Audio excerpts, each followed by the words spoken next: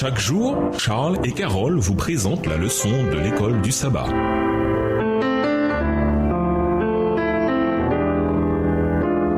Bienvenue dans votre émission Dieu nous parle. Leçon de mardi, le Deutéronome dans le livre de Jérémie. Il y a des années, un jeune homme agnostique, mais en quête de la vérité, quelle qu'elle soit et où qu'elle le mène, a fini par non seulement croire en Dieu, le Père et en Jésus, mais par accepter le message de l'Église adventiste du 7e jour. Son verset préféré dans la Bible était Jérémie 29, verset 13. Vous me rechercherez et vous me trouverez, car vous me chercherez de tout votre cœur. Des années plus tard, cependant, en étudiant sa Bible, il a trouvé ce verset, mais dans le livre du Deutéronome qui se trouvait avant celui de Jérémie. Autrement dit, Jérémie l'avait repris de Moïse. Lisons Deutéronome 4, les versets 23 à 29. Quel est le contexte de cette promesse faite à Israël et comment pourrait-elle nous concerner aujourd'hui? Deutéronome 4, versets 23 à 29. Veillez sur vous afin de ne point mettre en oubli l'alliance que l'Éternel votre Dieu a traitée avec vous et de ne point vous faire d'image taillée, de représentation quelconque que l'Éternel ton Dieu t'ait défendu. Car l'Éternel ton Dieu est un feu dévorant,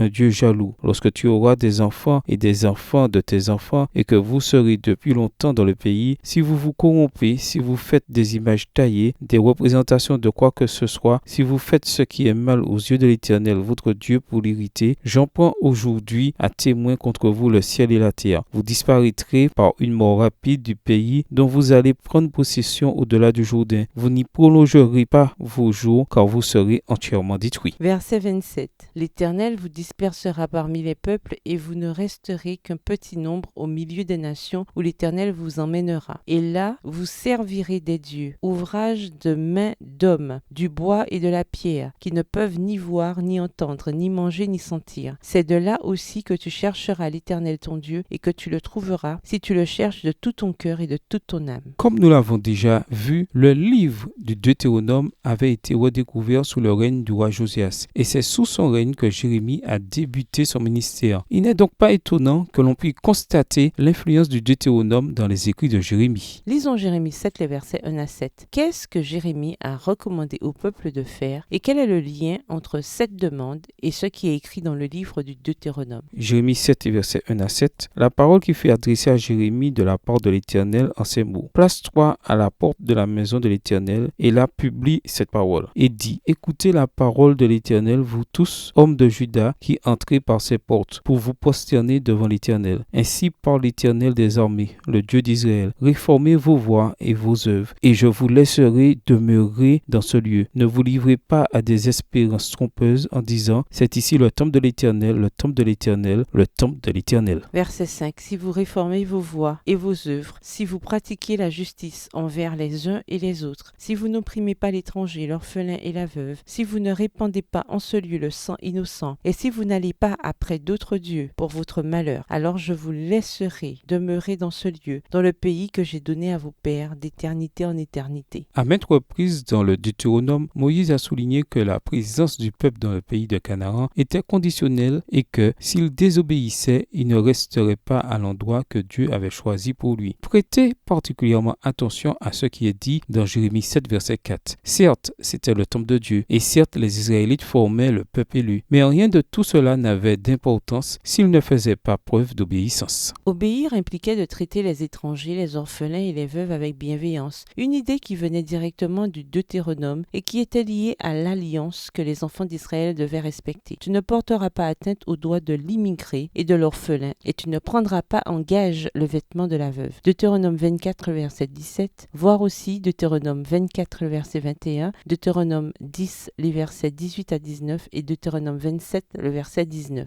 Lisons Jérémie 4, verset 4 et comparons ce texte à celui de Deutéronome 30, verset 6. Quel est le message adressé au peuple et dans quelle mesure ce principe s'applique-t-il également au peuple de Dieu aujourd'hui? Jérémie 4, le verset 4. Circoncisez-vous pour l'Éternel, circoncisez vos cœurs, hommes de Juda et habitants de Jérusalem, de peur que ma colère n'éclate comme un feu et ne s'enflamme sans qu'on puisse l'éteindre à cause de la méchanceté de vos actions. Deutéronome 30, verset 6. L'Éternel ton Dieu circoncisera ton cœur et le cœur de ta postérité, et tu aimeras l'Éternel ton Dieu de tout ton cœur et de toute ton âme, afin que tu vives. Au revoir. Et à demain si Dieu veut.